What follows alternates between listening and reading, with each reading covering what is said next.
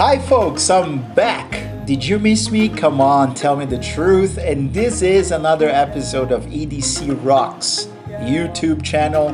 And today I'm going to talk about something, guess what? Special. I've said that so many times. Everything I talk about is special. Well, at least that's what I think anyway. And if you're here, make sure you subscribe, so hit the button and share this video. Check out the other videos that I created for you about different topics that I think are very relevant, especially if you are a teacher or a learner. I think we're all lifelong learners, right? And today's episode is about motivation. Motivation, yes. Do you feel like you are motivated? Do you get things done? Do you know how motivation works? Do you know anything about self-determination theory? Do you know what happens inside your brain? Yes, when you are motivated or not motivated. So stay tuned because that's exactly what we're going to discuss today.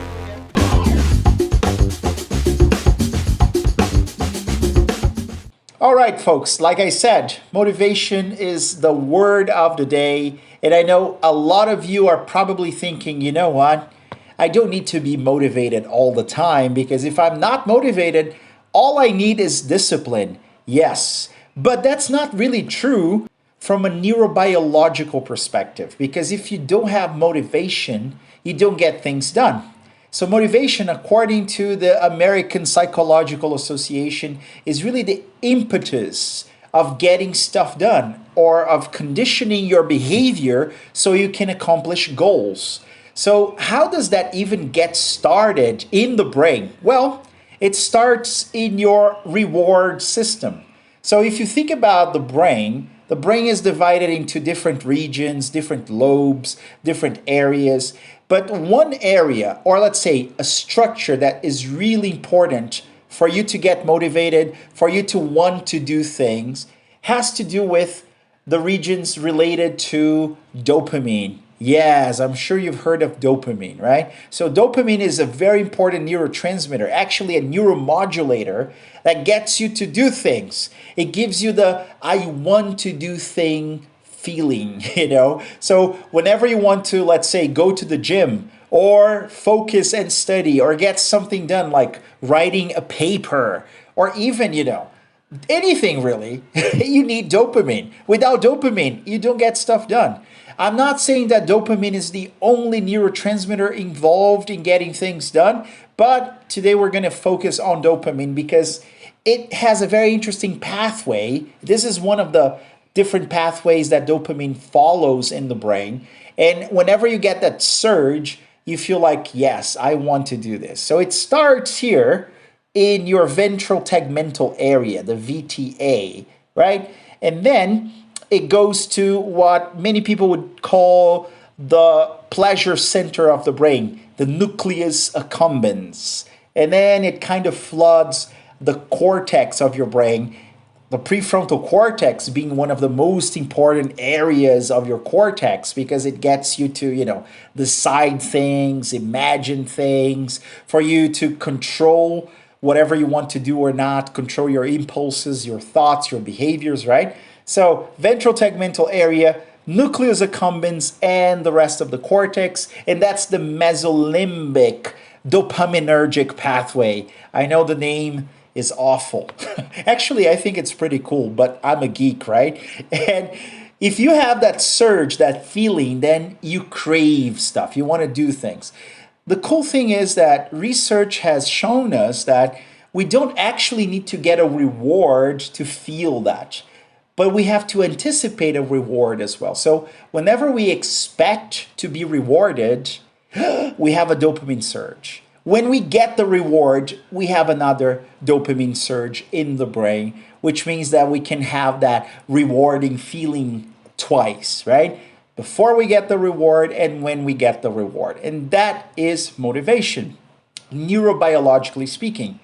But we also have psychology to tell us how motivation works. And of course, there are many theories, but today I'm going to focus on self-determination theory by Ryan and Deci.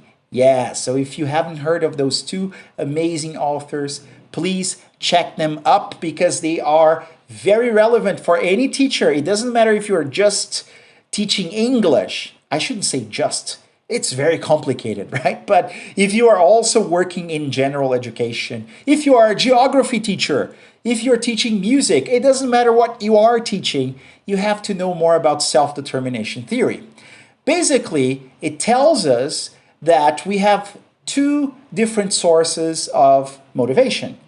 One of the sources comes from within us. Yeah, the genuine type of motivation. The motivation that tells us, I like this is interesting, I should do more of this. And this is called intrinsic motivation. This is the one that relates to self-determination theory.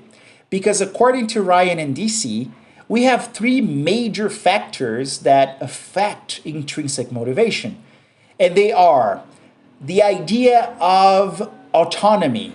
So the concept of autonomy, feeling that we are our own masters, that we can drive ourselves, that we are not doing things just because somebody told us to do that. We are free, right? So that's really important for intrinsic motivation. Also relatedness, so a sense of belonging. I was talking about the human factor in teaching and learning, and we know that if we don't belong, if we feel like we're the outcast, we have problems. We don't feel like doing things because we're not motivated, right? And also a sense of competence. So getting better at stuff, doing things and getting better and feeling that we are accomplishing something. So a sense of accomplishment is really important as well. As a matter of fact, another author, Daniel Pink, you may have heard of him. He talks about what I call the AMP acronym, or the AMP, what should I call it? I have no idea.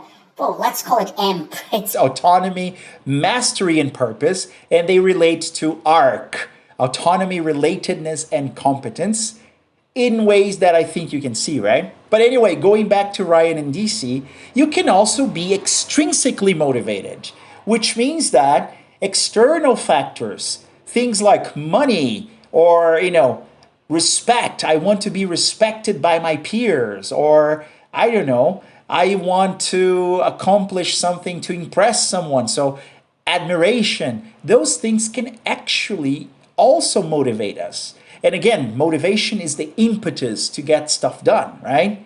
To actually accomplish things, to direct your behavior so that you can say, hey, tick, I did it.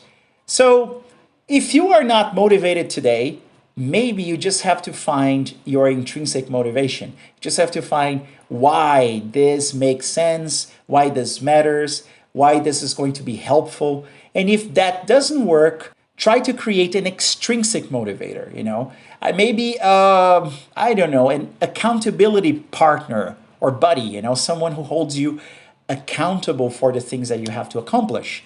Maybe you can break things into smaller, actionable tasks, let's say, for you to be able to accomplish a much larger goal. This works well normally, but to be very honest, you know what? The only thing you need is dopamine. If you don't get that shot of dopamine, you are not going to be motivated. If you're teaching young learners, teenagers, or adults, my tip is try to find out what makes them tick, what things interest them, what can actually create genuine intrinsic motivation, a reason, a purpose why they should do what you're trying to teach them. Otherwise, use extrinsic motivators, reinforcers. They can be based on behaviorism, like reward and punishment, yes, but to be very honest, that doesn't work long term. So you really have to inspire your students to get them to be motivated and accomplish amazing things. And the same works for you. So if you are looking for that tiny drop of motivation, sometimes it doesn't come very easily. Try to find what really matters for you. What is the purpose of doing that? How can I measure if I'm getting better or not? How can I get that sense of achievement that relates to competence and mastery?